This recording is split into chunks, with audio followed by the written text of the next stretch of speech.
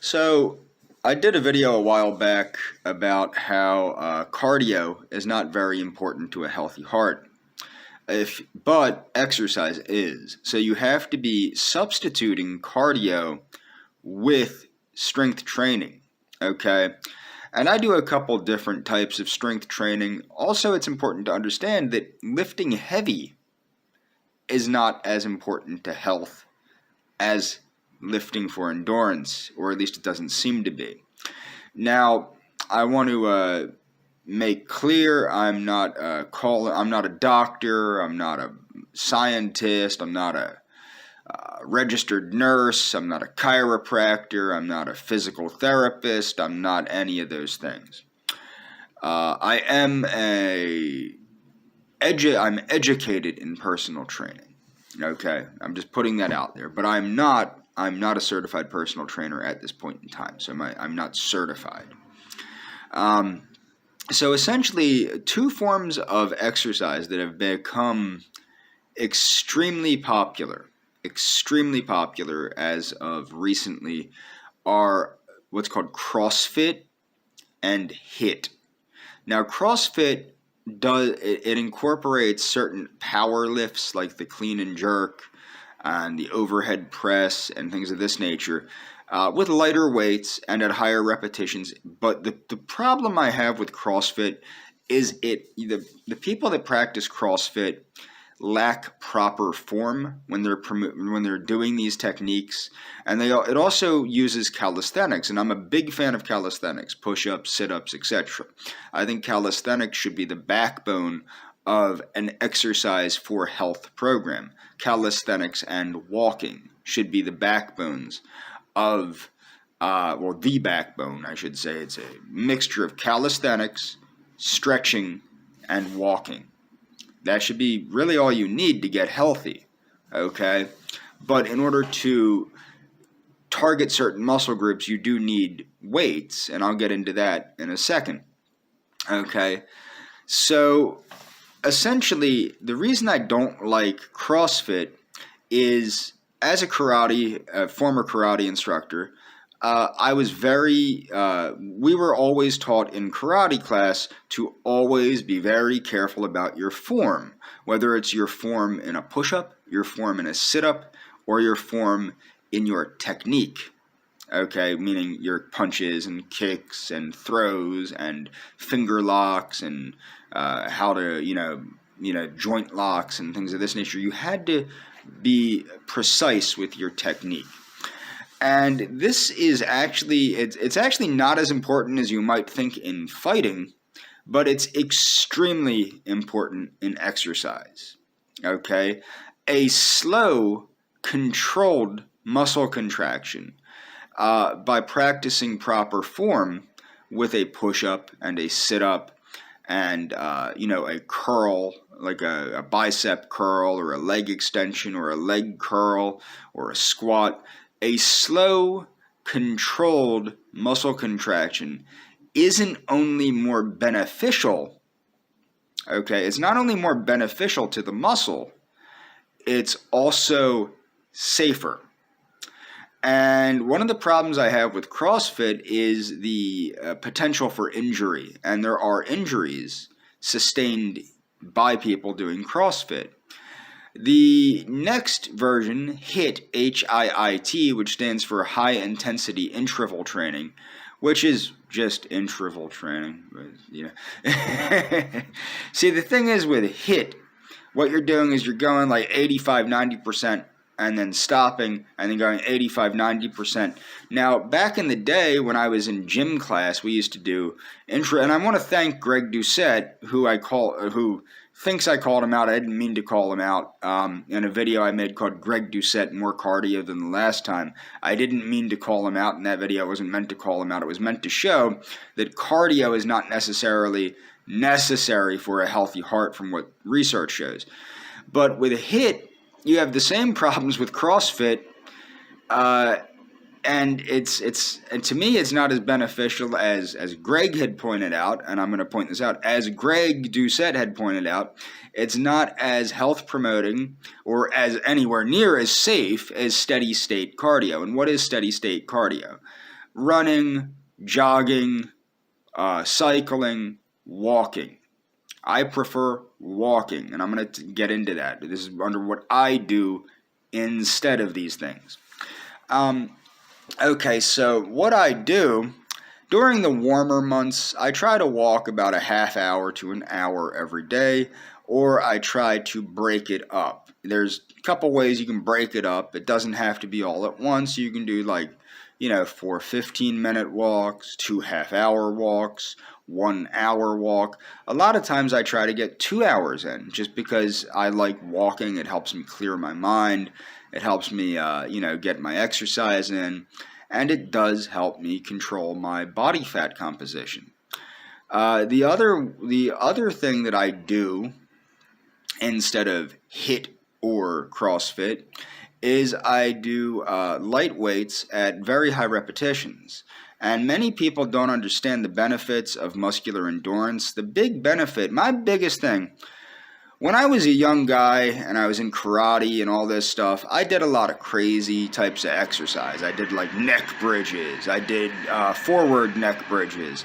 I did a lot of stuff that I'm very lucky I didn't hurt myself worse than I did hurt myself a couple times. I haven't actually practiced iron palm in a long time, but what's funny is I never got hurt doing iron palm. And iron palm is when you hit progressively harder things until you're hitting like a bag full of steel shot. And the reason we do that in karate class, of course, is so that we can break bricks and boards and all sorts of fun stuff like that. And no, it is not a parlor trick. That really is actual things being broken. There's a bit of a technique to some of it, but other than that, the biggest technique, and this is what people want to know, and I'm not recommending that anyone tries to break anything without being properly trained in karate or a similar martial art. Okay? No, don't do that at home. But the biggest trick to it is driving through the target. And you would do this in a fight anyway. Like if you're going to punch, like in martial arts and karate, how we would teach people is if you're going to punch somebody in the nose, what you're really aiming for is the back of their head, because you need to drive through so that your punch has the commitment to damage the attacker, to thoroughly damage the attacker. And I'm not encouraging violence against anyone. I'm just saying that's how we taught karate, okay? That's how we taught it. But interestingly enough, I never got hurt doing some of these crazy exercise routines that I would do in karate class. Now, karate class is more or less interval training. You're going at it's almost HIIT in some ways, because you're going at about 90% when you're doing your techniques, and then you're dropping down to 0. You're going from 0 to 90 super quick. And that's kind of what that is. But I'm getting into what I do instead. So walking is a big part of it. Stretching, regular everyday stretching, like you would do in gym class. Like the double leg pull, the quadricep stretch, the knee drop, different, the cobra stretch, which is sometimes called upward dog. These kinds of stretches are very important to keeping yourself limber, okay? Now, as I got older, it's not that my body, what happened is when I got hit with that bout of my heart problems and whatnot that came out of nowhere, and luckily are strangely receding, I had to find new ways to exercise. And that's why I'm making this video, is because I started exercising like an old guy. And I think that that's how I should have been exercising my whole life, and in some ways it was. So I do walking, I do stretching, I do Pilates.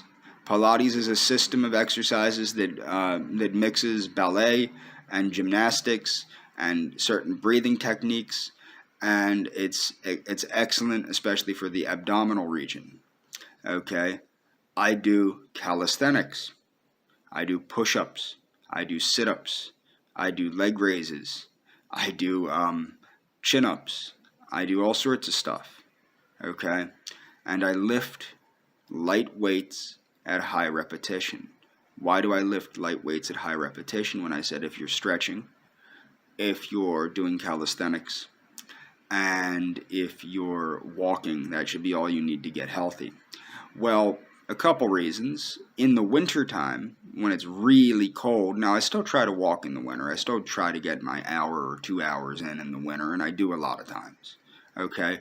But some days I don't feel like going out in, 30-degree weather with a wind chill where it's like -3 or something like that. I don't care to do that sometimes, so I lift weights inside to get my endurance and all that good stuff.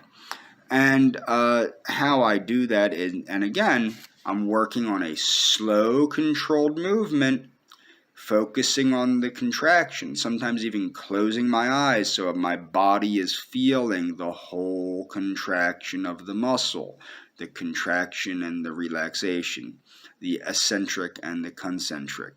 So the thing is, you need a full range of motion with every technique that you do, and you need to concentrate on the muscle contraction, and you will get a workout. Now the thing is, I'm not like I was when I was young and I was bench pressing like 250 pounds and things like that. That's not me anymore. There was a time where I could actually put 250 pounds up over my head. I would clean jerk and press it all the way up when I was in karate. And in fact, I had a very large back. I got really out of shape really quickly on that ridiculous diet I tried. And a lot of my friends would marvel at the size of my back. I was never into bodybuilding. I was really just into moving weight. That's what it was. I wanted to pick things up and put things down. That was all I was really interested in. And that lasted until I got involved. When I got involved in my relationship, I was in a relationship for like 16, 17 years. I was still pretty exercise-oriented with my calisthenics. I did a lot of kettlebell work. And really, I grew out of kettlebells. I think kettlebells are kind of one of the most overrated pieces of exercise equipment in the world. But I stayed in pretty good shape until I ended up being homeless in 2008 to like 2011 when I was homeless. And believe it or not, I was still in pretty good shape despite taking up the habit of smoking, which I was actually amazed that I took up the habit of smoking. But I did. For 5 years, I took up the habit of smoking because what it was is I had chewed tobacco since I was 10 years old. And at the time, there was more of a tax on chewing tobacco in my state than there was cigarettes. So I started smoking to get my nicotine delivery system. And believe it or not, I was still in pretty good shape despite being malnourished, probably more than malnourished because I was smoking too, dehydrated, etc. But I was constantly moving. So I was underweight by quite a bit, but I was still in pretty good shape. I didn't get out of shape until after I stopped being homeless. And I kind of figured, I don't feel like doing anything anymore. I want to eat, I want to sleep, I want to do the things that I want to do. And even when I was working, I was kind of out of it. And then I got into karate again. But I spent maybe another 2-3 months teaching karate. And teaching it is not taking it. And that was unfortunate. And then I stopped teaching karate and got into mental health. I started working in mental health. That's when my health declined majorly. Okay, that's when my neck started locking up, my back started locking up. I had sciatica. And again, I'm not a doctor or a chiropractor, but as somebody that is familiar with martial arts, I knew that the sciatica comes from the lower back. So I forced myself to do leg raises. At one point, I was very worried that I wasn't going to be able to use my right leg like I used to be able to. And this was all from sitting down. I went from being active to sitting down. And then, boom, I got hit like a ton of bricks.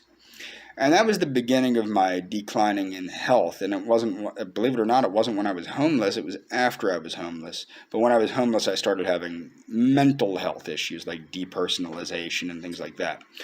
So while I'm working in mental health, I'm getting these back problems and all this, and I'm ridiculous because I'm not understanding. You're not doing anything all day. What's wrong with you? I'm sitting at a desk. I'm driving a car all day, and by the time I get home, I just want to go to sleep. And I couldn't sleep because I lived in a bar at the time. You could rent rooms in a bar. I had temporarily broken up with my ex-girlfriend at the time. So I'm living in a bar, and what's going on at the bar? A lot of crap. So it's very hard to sleep because you got, people coming in, people coming out, people being crazy, people drinking, people puking in the hallway, what have you. So it's very difficult to sleep. And I'm going to do another video soon on siestas, on sleeping and the purpose of sleep and recovery in exercise.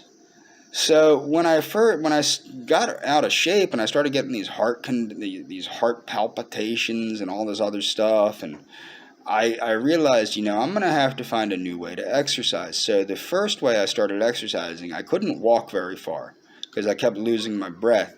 There was one time where my oxygen dropped down to about, I think it was 72, because of asthma. And I developed asthma probably because I gained so much weight in such a short time, because my asthma has more or less gone away unless I get hit by like cigarette smoke or something of that nature. And that's a problem. The cigarette smoke is a problem for me, but the thing is, at the time, I never had problems like this before I had gained the weight. So I started gently exercising again. And what do I mean by gently exercising? I started going back to stretching, more hatha yoga oriented stuff, a lot of what's called pranayama, the breathing techniques in hatha yoga, a lot of meditation. I don't do a lot of meditation anymore. I don't think that it played an important role in my improvement in my health. And then I started lifting the weights again, etc. I had to go back to what I did when I was fat, back when I was real fat when I was a kid. And I started having to think, well, how did I get strong enough to do karate? And that was from lifting heavy weights. Well, my days of lifting heavy weights are done and over with. You can live a really long time without bench pressing 300 pounds. You can't live a very long time with having a heart condition. So I started lifting lighter weights at higher repetitions. I started reading Jack LaLanne's work. I started reading Bernard McFadden's work. I started reading John Harvey Kellogg's work. I started really getting into embracing a Seventh-day Adventist lifestyle, all in. I had to go all in, and I still did. I'm all in to this day. That's why I'm 100% plant-based, and why I do everything I can. About the one thing I don't do is a lot of sun exposure.